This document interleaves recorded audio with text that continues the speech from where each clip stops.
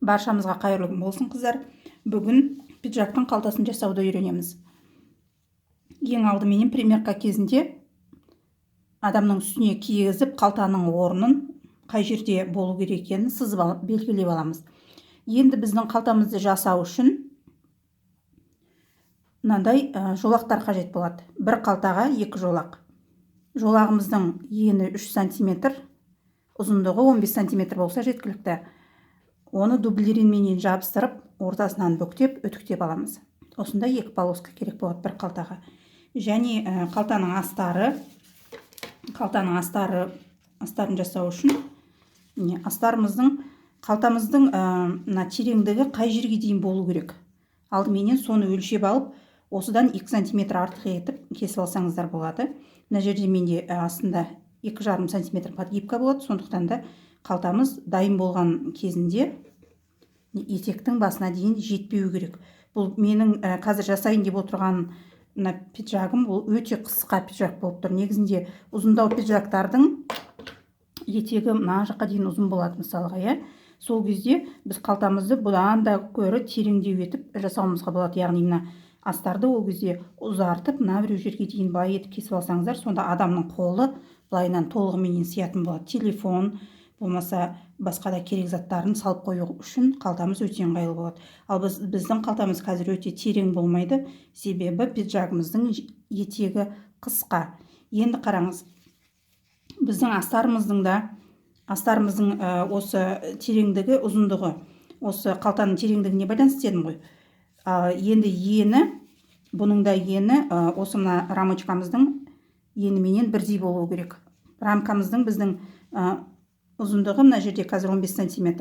Яғни астарымыздікі де тура осылай болады. Қалтамыздың мына жердегі киімге сызғандағы готовый түрдегі көлемі бұл 12 см болу керек. 12 см-ге үлкен адамның қолы оңай кіретін болады. Ендеше қазір тігіп бастайтын боламыз.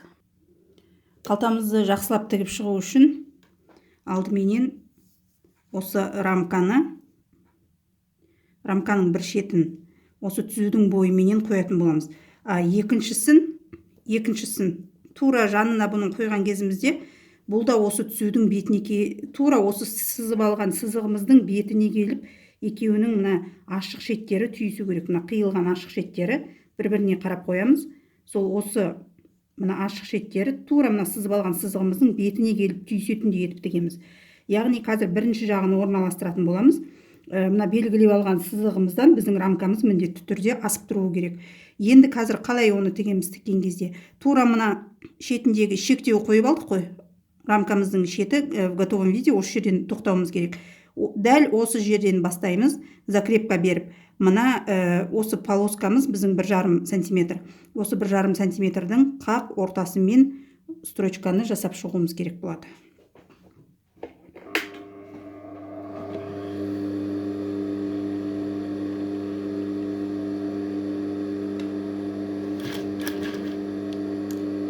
Жібім үзіліп кетті.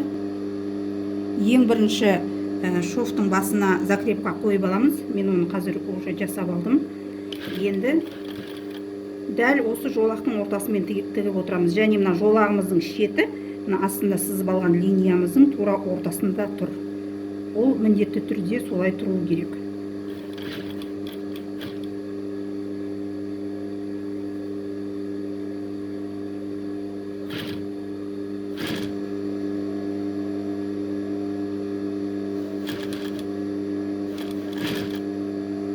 Келесі шетіне жеттік. Енді закрепкамызды жақсылап жасаймыз.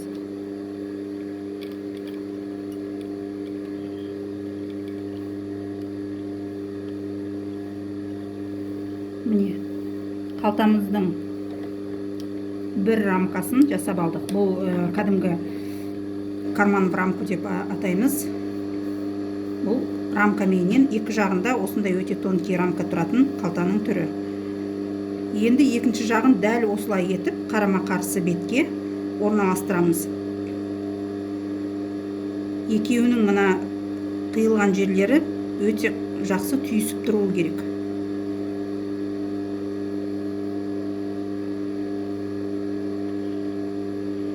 Қарама-қарсы беттегі закрепканың тұсына тура сонымен бірдей тұста тұратындай етіп закрепкамызды қойып тастаймыз. Бұл закрепкамыздың мына ең біткен шеті, ол біздің мына линиямызға тура келуі керек. Егер де сіз мысалға өте де қатты тайғанақ, жылтыр немесе өте қатты созылып кететін матамен жұмыс жасайтын болсаңыз, дәл осындай қалтаны, оны міндетті түрде көктеп алғаныңыз дұрыс болады. Қазір мына үстіңгі рамканы бөлек көктеп аласыз, астыңғы рамканы бөлек көктеп аласыз. Солай етіп отырып, оны қозғалып кетпеу үшін, созылып кетпеу үшін сондай әрекеттер жасауыңыз керек болады. Менің жасап отырған матам ондай аса да қатты күрделі мата емес, кәдімгі қатты мата әдемі. Сондықтан да мен оны көктемей жасаймын. Бірінші рет жасап отырғандар болса да, солай көктеп жасауларыңызға кеңес беремін. Енді екі рамкамызды жасап алдық. Міне тура осы линияның үстіне келтіріп екі басына да закрепка береміз. Ендігі кезекте біз астарымызды орналастырамыз. Қараңыздар, біздің астарымыз мынандай, бір жағына осы пиджактың матасын тігіп алғанбыз. Осы пиджактың матасын тігіп алған шетімізді ең жоғарғы рамкамыздың үстіне қойып, осы жерден тігіп шығамыз. Бұл жерде енді өте маңызды нәрсе, біздің жаңағы жасаған основной строчкамыздан қазіргі жасайтын строчкамыз жоғары қарай асып кетпеу керек. Ол оның тура үстіне түсу керек, немесе жәніне түсу керек. Өте қатты астыға қарай түсіруге де болмайды. Бұл жерде егерде сіз қиналып жатсаңыз, осылай жасауға мен қазір басқа оңайлау жолын көрсетейін. Осыны строчканы жасап алмай тұрып, егерде сіз қиналып жатсаңыз, былай етуіңізге болады. Енді қалтамызды астыңғы жағынан қараймыз. Астыңғы жағында жіптерін қиып тастаймыз. Енді бұны ортасынан тіліп кесеміз, сіздерге оңай болу үшін. Мына тура ортасынан тіліп кесемізде, ең ұшына барған кезде 1 сантиметр жеткізбей кесеміз. Мына жерге ұштарын былай үш бұрышты етіп кесеміз. Бұл үш бұрышымызды кескен кезде мына закрепканың шетіне сәл жеткізбей кесуіміз керек, әйтпесе матамыз сетінеп кетеді. Ортасын кесеміз. Кішкентай ғана надрез жасап аламыз, одан кейін ары қарай кесе бастаймыз.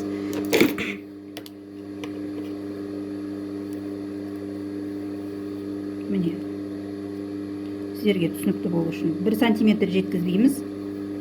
Енді 1 сантиметр, осы 1 сантиметр жерді былай қарай қиғашынан кесетін боламыз. Оны қиғашынан кескен кезіңізде өте абай болуларыңыз керек. Өйткені біз мына шетіндегі ең закрепканың мына ең ұшына сәл жеткізбей тоқтауымыз керекпіз. Міне.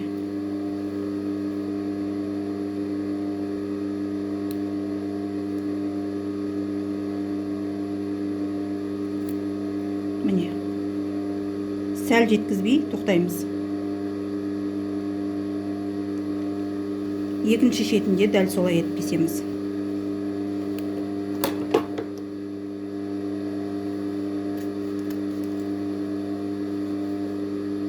бір сантиметр жетпей тоқтаймыз.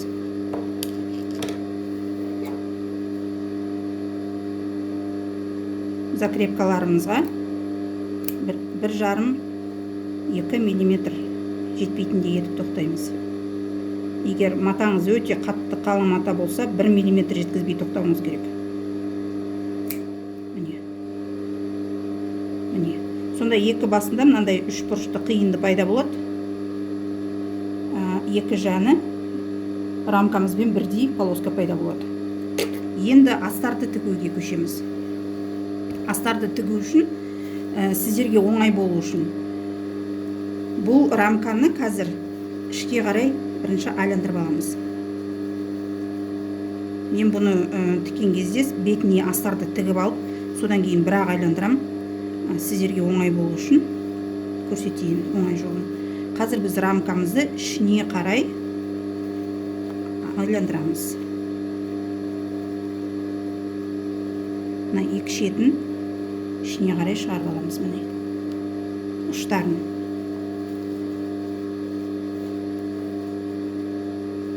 Міне. Енді беткі жағын қараймыз. Бет жағынан қарағанда біздің қалтамыз уже әдемі болып шыға бастайды. Міне.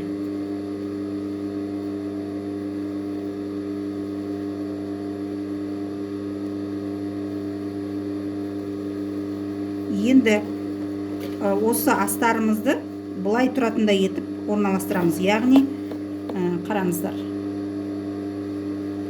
Мына астарымызды бұлай қоюымыз керек. Міне. Себебі бұл қалта ашылатын болса, арасында осы пиджактың өзінің матасы көрініп тұру керек. Яғни астар көрінбей, әдемі матамыз көрініп тұру керек. Сондықтан да енді бұл астарды жоғарғы рамкаға ішкі бетінен тігеміз. Міне. Ішкі бетінен жоғарғы рамкамызға орналастырамыз астарды. Рамкамызды астыға қаратамыз. Тура астардың үстіне қойып аламыз. Сөйтіп рамкамыздың шетінен бастап, біздің астарымыз рамкамызбенен бірдей ғой.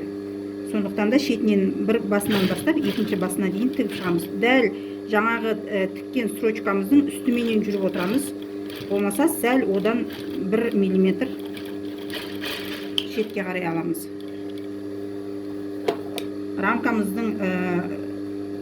Рамкамызды тіккен строчкадан ары қарай асырып жіберуімізге болмайды. Өйткені біз онда рамкамыздың көлемін кішірейтіп немесе қисайтып қоюымыз мүмкін. Міне, мына бетін біз тігіп алдық. Енді екінші рамкамызға астардың екінші шетін тігіп алуымыз керек.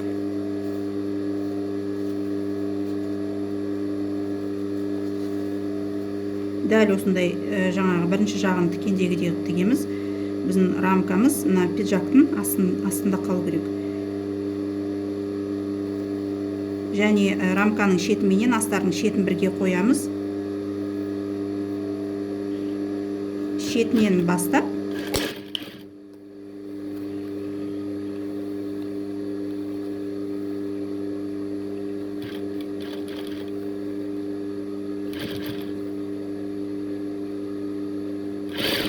келесі шетіне дейін, рамканың келесі басына дейін тігіп шығамыз.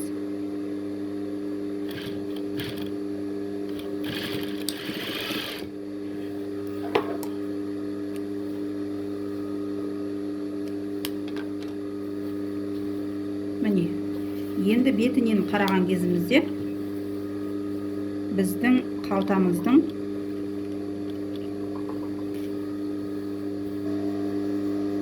мынандай болып шығып келе жатыр. Енді бұның бұрыштарын өте дұрыс етіп тігіп шығуымыз керек.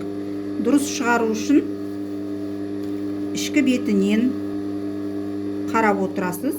Мына екі рамканы екі жаққа қарай былай қоясыз. Олардың шеттері айқаспауы керек. Екі рамка бір-бірінің үстіне айқасып кетпей, жай ғана былай түйісіп тұру керек бір-біріне. Солай түйістіріп қойып аласыз. Енді мына шетіндегі үш бұрыш бар ғой, жаңағы қиған кезімізде астынан екі рамканы орналастырып алғаннан кейін түзу қылып келдік те 1 см жеткіздірмей, ол 1 см-ді үш бұрыш етіп қиып алдық. Осы дәл мына үш бұрыштың үстіменен былай тігетін боламыз қазір. Рамкаларымыз бір-біріне айқасып кетпеу керек. Міндетті түрде екеуі бір-біріне былай түйісіп тұру керек. Міне. Осы жері түйісіп тұру керек, бір-біріне айқаспау керек. Енді қазір строчканы біз мына жерден бастап, тура мына үш бұрыштың үстіменен бастырып өтеміз. Ең маңызды нәрсе бұл жерде мына үш бұрыштың үстімен тігіп өткен кезімізде біз мына пиджагымыздың беткі бөлігін тігіп кетпеуіміз керек. Оған өте тақап, жаңағы рамканы тіккен кездегі берген закрепкаларымыздың шетіне тура тақап, мына жерден қазір строчканы былай аяғына дейін жүргізіп өтуіміз керек. Міне рамкаларымыз түйісіп тұр. Ортадағы үш бұрышты түп түзу етіп қоямыз. Мына үш бұрыштың ұшы тура біздің мына екі рамкамыздың ортасындағы мына ашық жаңағы түйісіп тұрған түзу сызыққа келіп тура түсуі керек. Мына үш бұрыштың ортасы осы екі рамканың түйіскен жеріне тура келіп тұруы керек. Басқаша болып жатқан жағдайда ол сіздің қалтаңыз дайын болған кезінде ол қисық болып қалады. Ендеше міне астарымыздың астынан тігуді бастаймыз. Менің жібім үзіліп жатыр, кешіріңіздер. Закрепка беріп бастаймыз міндетті түрде, сөгіліп кетпеу үшін. Және өте мына жерде біздің закрепкаларымыз бар ғой, басындағы қойған, ең бірінші қойған закрепка. Соған тақап тұрып алып өтеміз осы жерден. Міне үстіп аяғына дейін тігіп шығамыз. Закрепка береміз.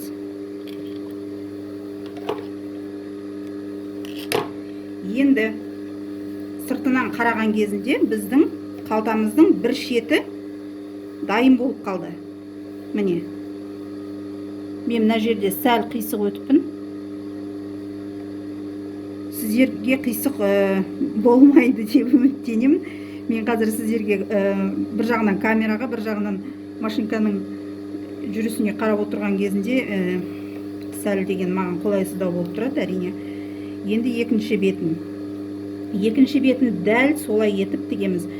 Рамкаларымызды туралап қойып аламыз. Бұл жерде маңыздысы мына бетінде қарап отырамыз. Беткі жағынан қарап, екі рамкамызды бірдей етіп, оның мына шеттерін бірдей етіп тартып шығарып аламыз. Себебі ол өте қисық жатып қалуы мүмкін. Тартып шығарып аламыз. Сыртындағысына қарап отырамыз, сыртқы бетінен.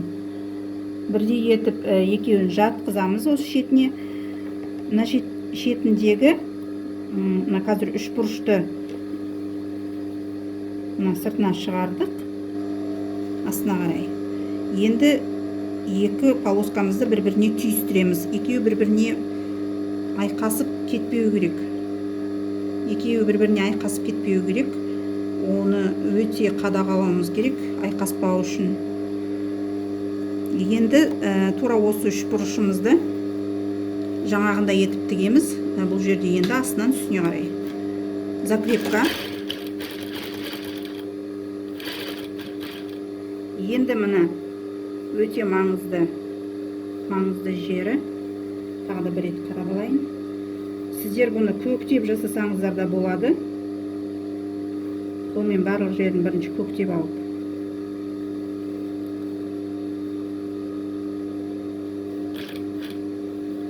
Міне тура осы үш бұрышымыздың үстінен бастырып өтеміз.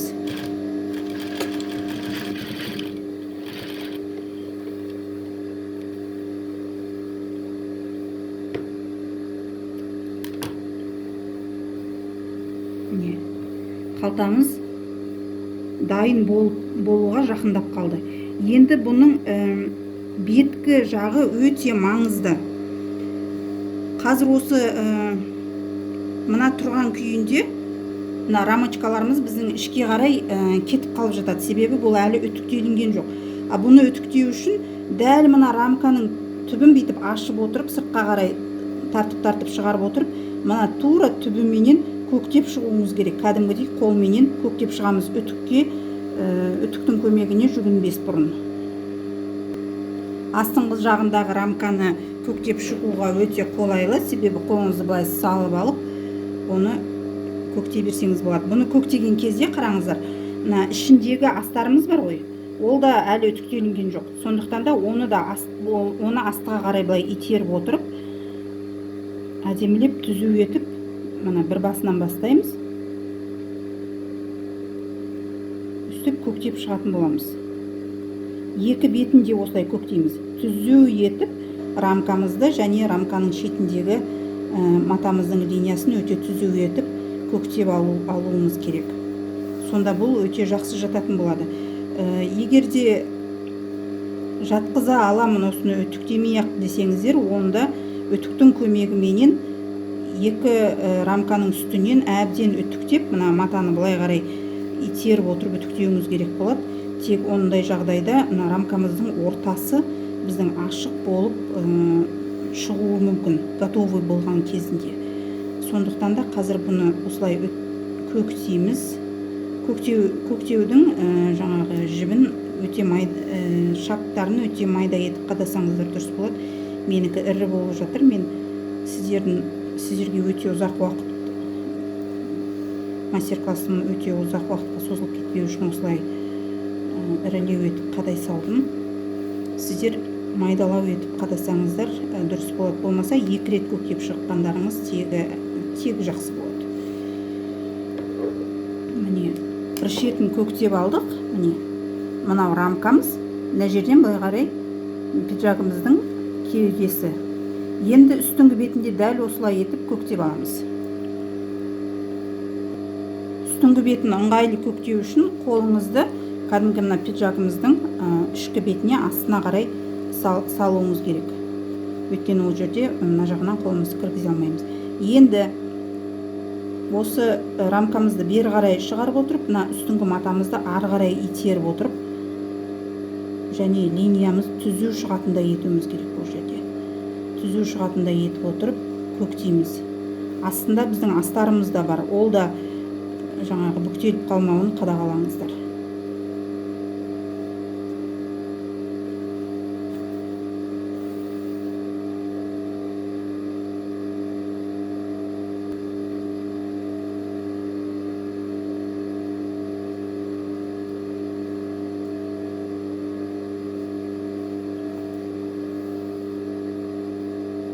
Міне көктеп осылай ашып отырып әдемілеп көктеп шығамыз. Сонда біздің рамкамыз түзу болып шығады, және үстіңгі матамыздың линиясы да өте жақсы болып шығады. Мен сіздерге үйретемін деп отырып, даже машинкамды өшіруді ұмытып кетіппін. Енді байқап жатырмын. Машинкамды өшірмеппін. Енді өшірмей-ақ қояйық.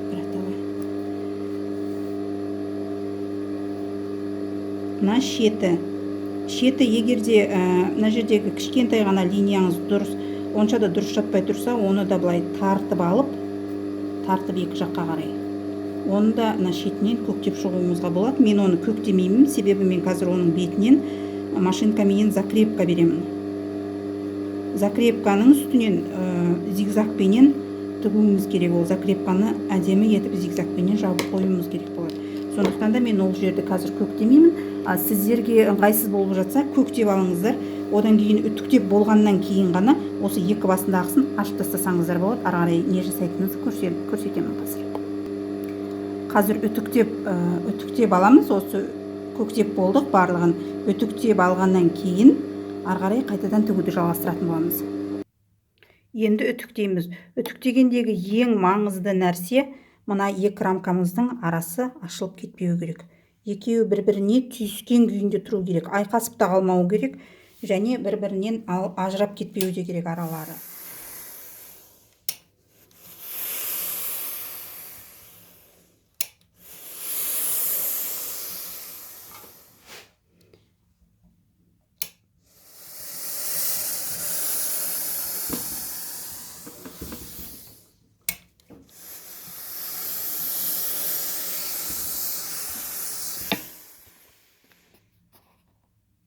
Міне қалтамызды үтіктеп болдық. Үтіктеп болған кезінде міне мынандай болып шығу керек.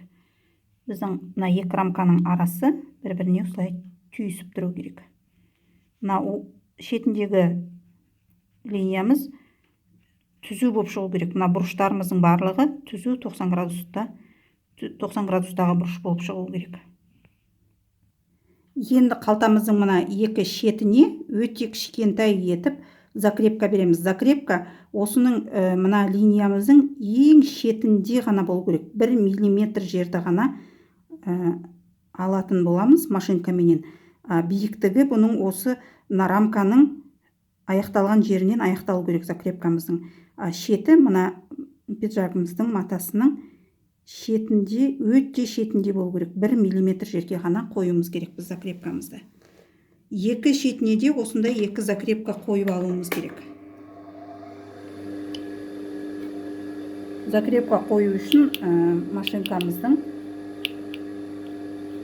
тігісінің 2 мм, 3 мм-ге жасасақ болады. Мен 2 мм-ге қойдым, өте майда болу үшін. Міне шетіне дейін келдік. Тоқтаймыз енді артқа қарай.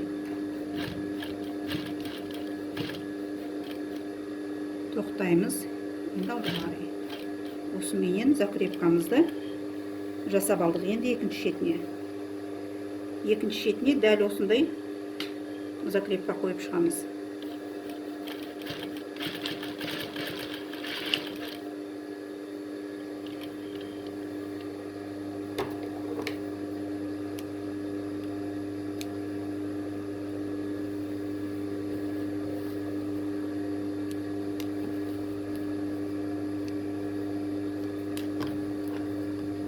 Қалтамыз біздің дайын болып қалатын болды. Міне қолымызды салатын кәдімгідей қалта болды.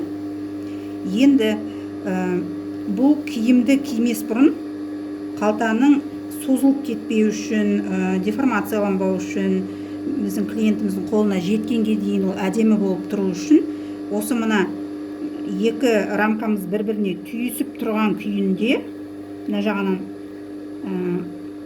қазір мына көктеген жібімізді алып тастаймыз бірінші.